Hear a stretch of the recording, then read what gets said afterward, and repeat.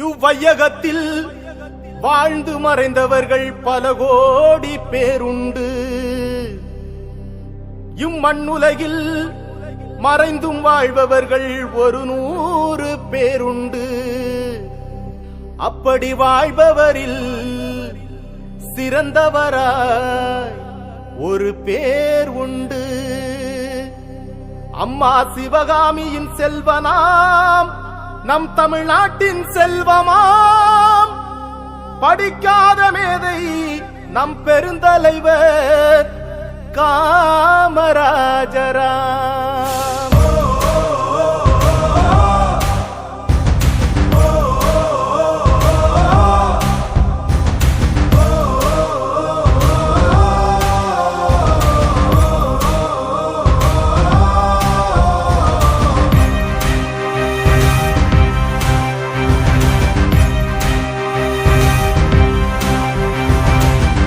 வீரரே கர்மசீலரே, மக்கள் மனதில் வாழ்பவர் நம் காமராஜரே.